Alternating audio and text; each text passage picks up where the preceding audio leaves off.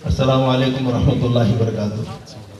ابھی حضرت مولانا احمد نصر صاحب دعوت برکاتہم نے ہمارے دو اکابر کا نام لیا جو حضرت حکیم الامت قدس سرہ کے خلفاء تھے، حضرت شاہ مسیح اللہ خان صاحب رحمۃ اللہ علیہ اور حضرت مسیح الامت ہردوئی رحمۃ اللہ علیہ۔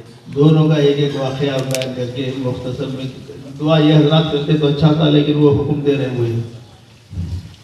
حضرت شاہ مسیح اللہ صاحب رحمۃ اللہ علیہ جس دور میں ہم دارالعلوم میں پڑھتے تھے، یقیناً حضرت کا ذل عاطفت ہمارے اوپر تھا۔ مہینے دو مہینے میں حضرت کی خدمت میں حاضری ہوتی تھی، اور جو طلبہ ہمارے کرناٹک کے وہاں رہتے تھے وہ ادھر مہینے دو مہینے میں حضرت قاری طیب صاحب رحمۃ اللہ علیہ کی خدمت میں آتے تھے۔ ایک مرتبہ حضرت جلال آبادی رحمۃ اللہ علیہ نے فرمایا، یہ وہ دور ہے جب ایک بڑے ادارے میں کچھ حالات مختلف تھے، تو حضرت نے فرمایا تھا اب طلبہ مدارس میں داخل نہیں ہوتے، دخیل ہوتے ہیں، اور اسی کی وجہ سے یہ سب ہو رہا ہے۔ میں اشارے سے کہہ رہا ہوں، لیکن بہت پوائنٹ کی بات ہے۔ طلبہ مدرسے میں داخل نہیں ہوتے، دخیل ہوتے ہیں۔ پھر حضرت نے یہ بھی فرمایا طالب علم تو صاحب الرائے بھی نہیں ہوتا، چہ جائے کہ صاحب الرائے۔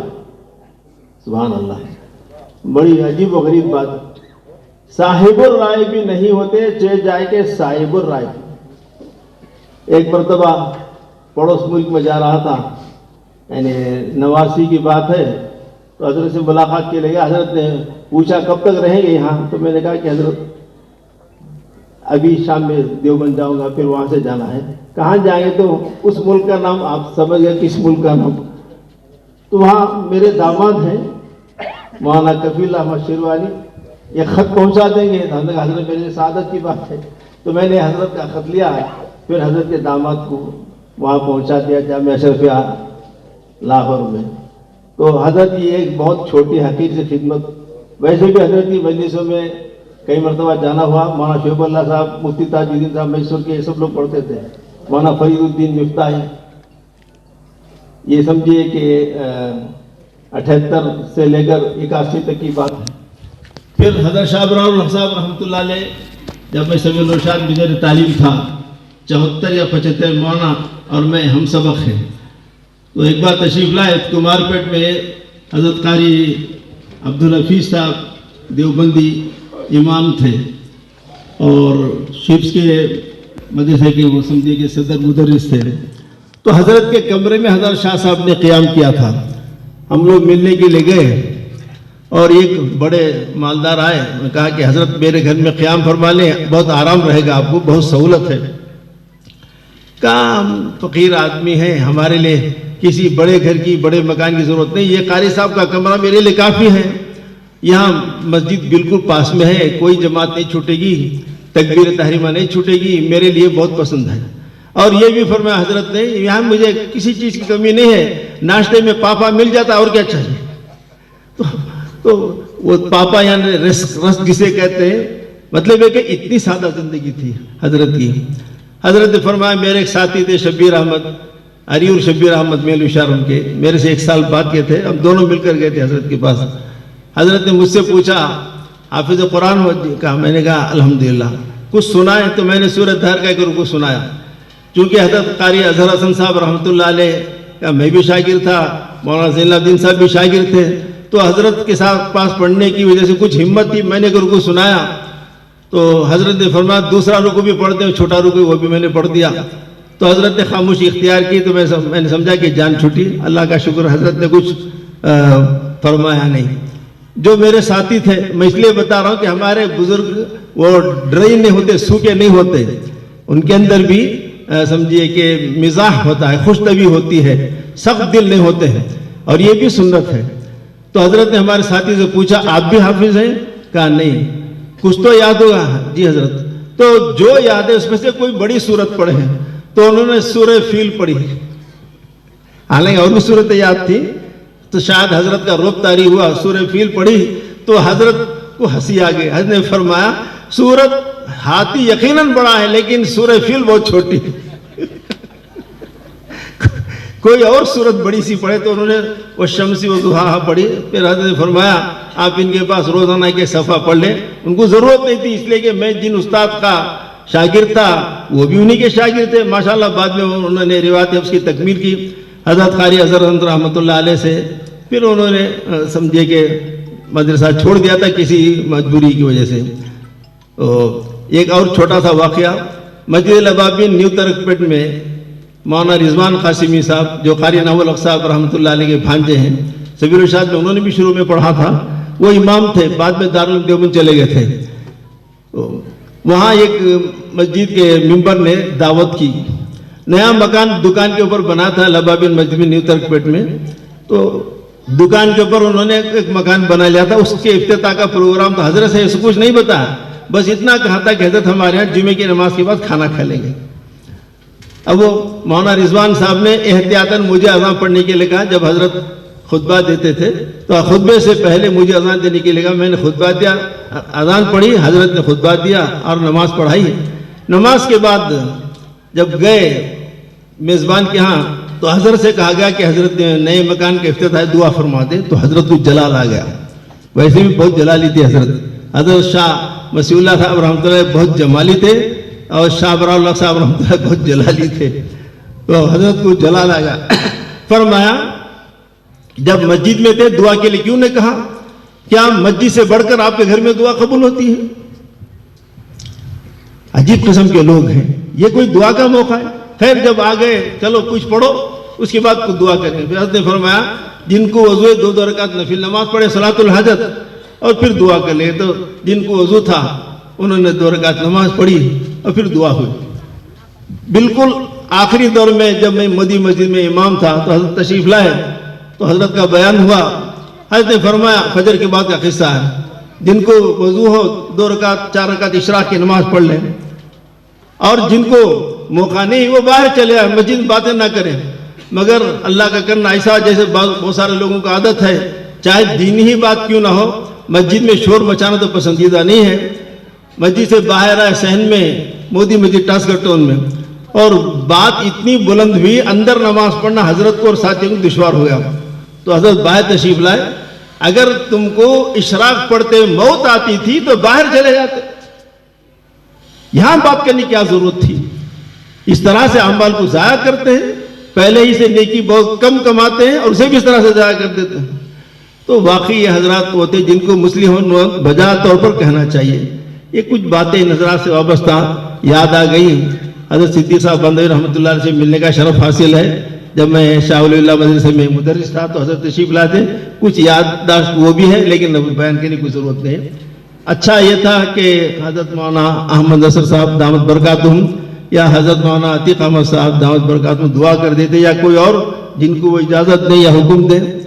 اب بھی میری درخواست ہے حضرت مولانا احمد نصر صاحب کی دعا کریں. کہتے جب بیٹھ جاؤں تو طلباء ان کے خادم ہوتے تو وہ کہتے حضرت چلیے، اور وعدہ یہ بچے سمجھتے نہیں کہ کتنی کمزوری ہم کو آ گئی.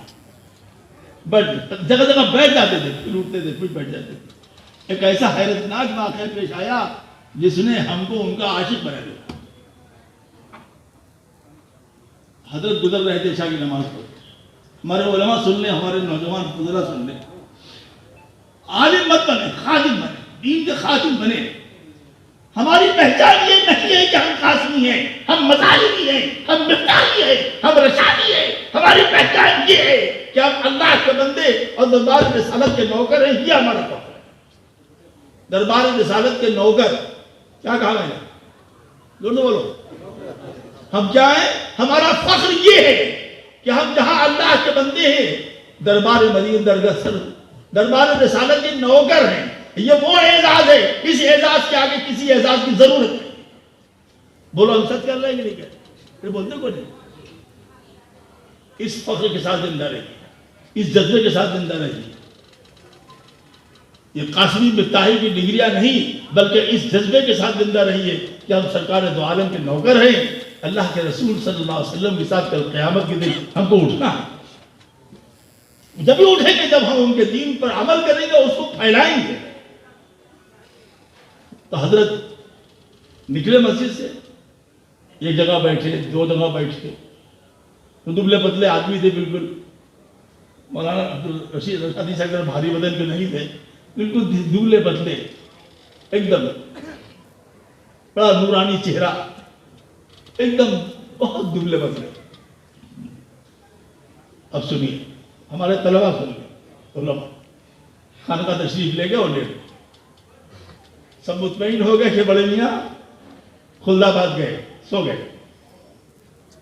ان کا جو ایک خادم تھے لندن والے عنایت اللہ، وہ کسی ضرورت سے اٹھے، دیکھا حضرت بستر پر نہیں،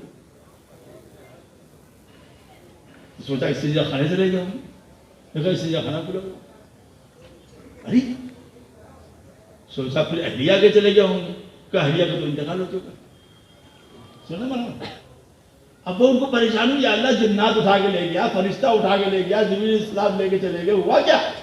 بوڑھا آدمی ضعیف آدمی کدھر نکل گئی؟ کہتے ہیں باہر نکلا ایسی تشویش میں. تو عجیب منظر دیکھا.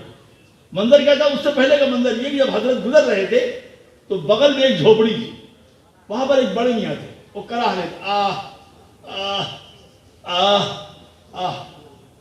وہ دیکھا کہ حضرت آ کر کے وہاں سے ان بڑے میاں کا گھٹنا دبا رہے ہیں اور فرمانا مجھ کو پیر دبانا بہت اچھا آتا. کہ حضرت یہ کیا آپ کر رہے ہیں اللہ کے واسطے؟ کہنے مجھ کو پیر دبانا بہت اچھا، میرے اپنے ابا کو بہت پیر دبایا ہے، مجھ کو پیر دبانا بہت اچھا آتا ہے، میں دبا دوں گا آپ کو آرام سے. پیر دبا رہے ہیں ایک بوڑھا آدمی دوسرے بوڑھے کا. خادم بنے، خدمت کا مادہ اپنے اندر پیدا کرے. جب تک آپ میری جان اچھی طرح سن لو، میں اپنی بات ختم کر رہا ہوں اس لیے کہ غبار آئیں، جب تک آپ سنت کی اتباع، ذکر اللہ کی کثرت اور صالحین کی صحبت میں نہیں رہیں گے، آپ کی زندگی نورانی نہیں ہو سکتی. آپ کے اندر خدمت کا جذبہ نہیں آئے گا، آپ کے اندر عبادت کا جذبہ نہیں آئے گا، آپ کے اندر آہے سحرگاہی کا جذبہ نہیں پیدا ہوگا، آپ کے اندر نورانیت نہیں آئے گی، آپ کے اندر روحانیت نہیں آئے گی. آپ کا رب سے اللہ سے تعلق مضبوط نہیں ہوگا. اس کے لیے 3 شرطیں ہیں. نمبر 1، نیت درست رکھیں، عمل شریعت کے مطابق رکھیں، کثرت سے اللہ کا ذکر کریں، سنت کا عمل کریں اور صالحین کی صحبت میں رہیں.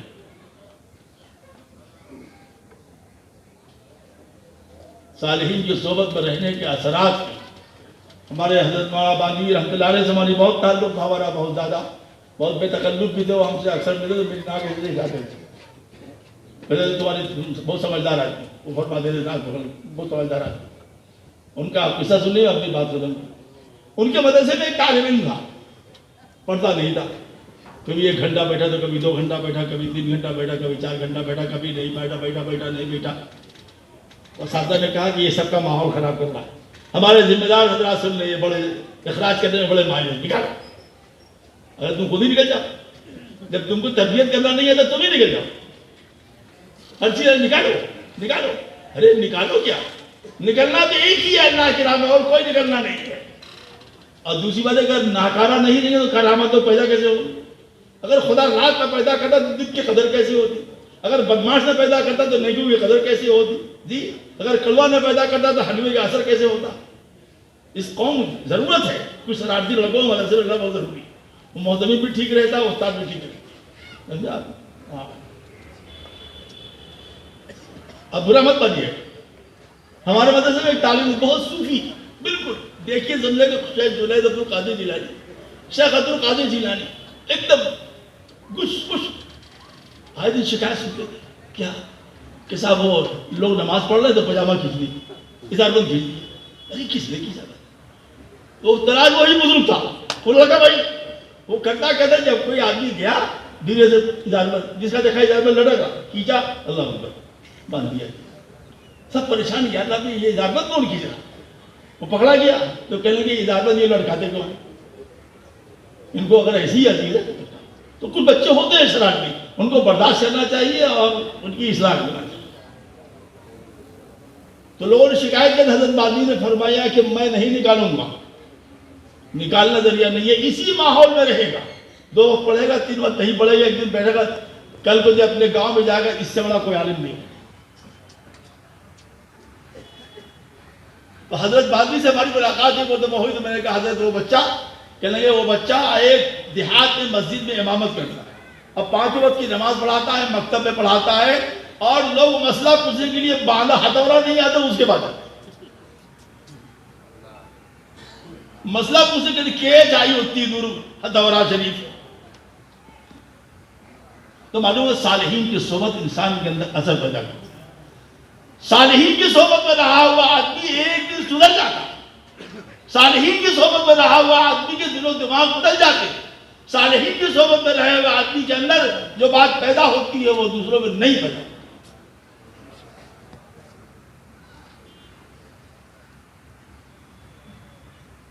تربیت کریں اپنے بچوں کی، اپنی لڑکیوں کی، اپنے لڑکوں کی. مکتب قائم کریں، اپنے ایمان کی حفاظت کریں، ہر لائن سے کریں. مکتب کی لائن سے کریں، مدرسے کی لائن سے کریں، دعوت و تبلیغ کی لائن سے کریں، خانقاہوں کی لائن سے کریں.